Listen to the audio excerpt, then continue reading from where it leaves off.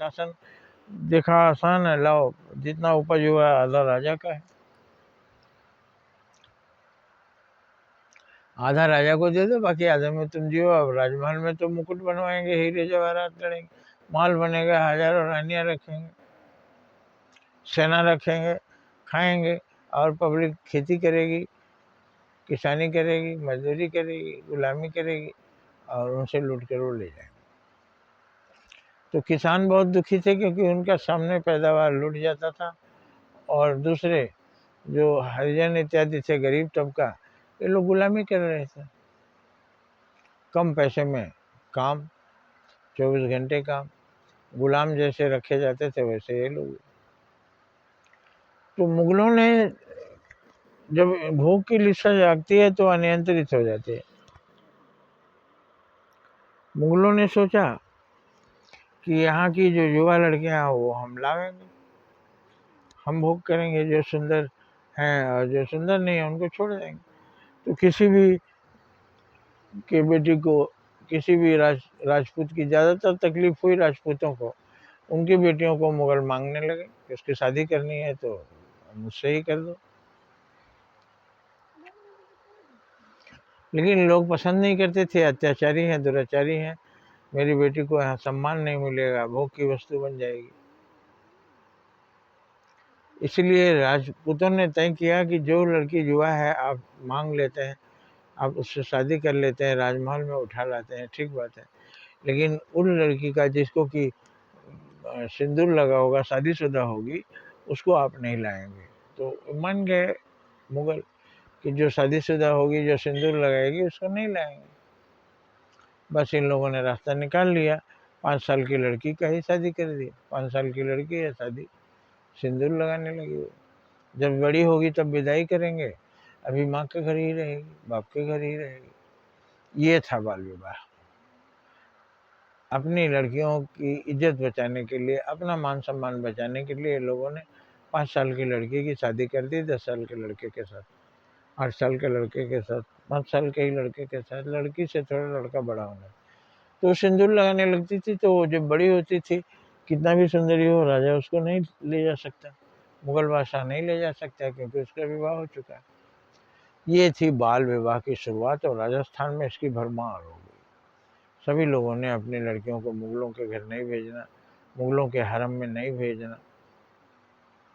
जिन लोगों ने, उन लोगों ने अपनी लड़कियों को बचपन में शादी, ये बाल विवाह हो गया। लेकिन मुगल जब चले गए, अंग्रेज आ गए, तब कोई ऐसी बात नहीं थी, तब भी 5 साल में शादी किए जा रहे हैं, क्योंकि वो समझ ही नहीं रहे हैं कि क्यों शुरू हुआ था और अब इसकी जरूरत नहीं है। तो इसके लिए लोगों ने आंदोलन किया, अंग्रेजों से मिले, कानून बनवाया, तो बाल विवाह रोका गया और सती प्रथा का अंत हुआ। ये समाज के दुख को दूर कर किया जिन्होंने, वो राजा राम मोहन राय महान पुरुष हो गए। आप भी कुछ समाज का दुख अगर दूर करते हैं तो आप इतिहास पुरुष बन जाएंगे। आप भी कोशिश करिए, समाज के दुखों को दूर कीजिए, समाज को सुखी कीजिए। कोई भी समस्या अगर समाज को दुख करती है, आज दहेज की समस्या है, आज मृत भोज की समस्या है, मरा हुआ आदमी का अब उसका इतना अनुष्ठान करवाएंगे ना स्वर्ग भेजने के लिए, हालांकि उन्हें नहीं पता स्वर्ग का रास्ता क्या है, और दूसरों से करवाते हैं, खूब खाते हैं, खूब लूटते हैं। और वो जिसके घर का आदमी मर गया, ऐसे ही घर सूना हो गया, फिर सब खर्च करवा करके धन से भी सोना कर दिए घर उस गरीब को।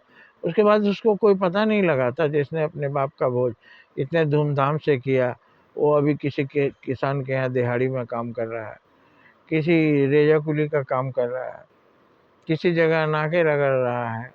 ये उसका कारण यही है। लेकिन उसके बाद का तुम जानो, तुम्हारा काम जाने, जहन्नम में जाओ।